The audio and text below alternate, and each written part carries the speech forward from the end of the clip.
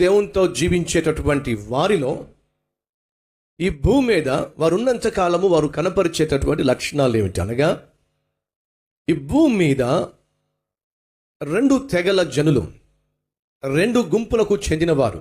ఒకరు శాశ్వతంగా నరకానికి వెళ్ళి అగ్ని ఆరని పురుగు చావని ఆ భయంకరమైనటువంటి నరకంలో కాలిపోయేవారు.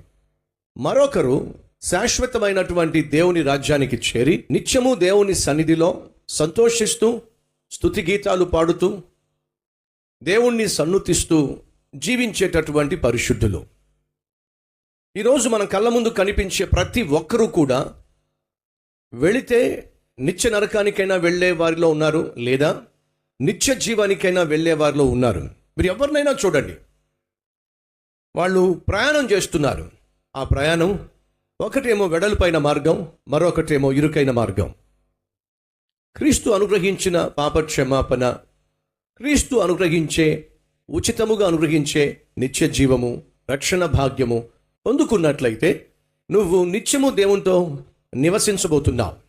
ఒకరోజు నిత్యము దేవునితో నివసించేటటువంటి వారు ఈ భూమి మీద ఉన్నారు. వారు ఎవరు? వారిలో కనిపించే లక్షణాలు ఏమిటి? ఈరోజు ఈ వాక్యం వింటున్నావు కదా, ఒకరోజు నువ్వు మరణిస్తావు కదా. మరణించిన తర్వాత నువ్వు ఎక్కడొక్కొక్క చోటకి వెళ్ళాలి కదా. అటు నరకానుకో ఇటు పరలోకానికో వెళ్ళాలి కదా. ఎక్కడికి వెళ్తావు? ధైర్యంగా చెప్పగలవా, నేను పరలోకానికి వెళ్తానని చెప్పి, నేను దేవునితో నివసించబోతున్నానని చెప్పి?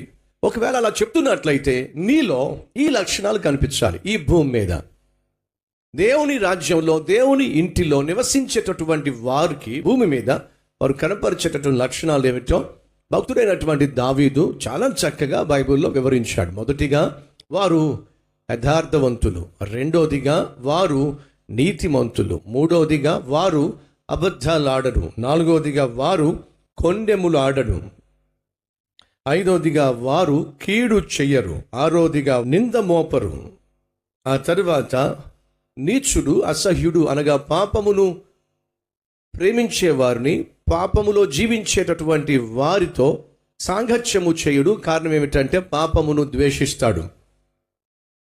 అంతేకాకుండా యెహోవాయందు భయభక్తులు కలవారిని సన్మానిస్తాడు.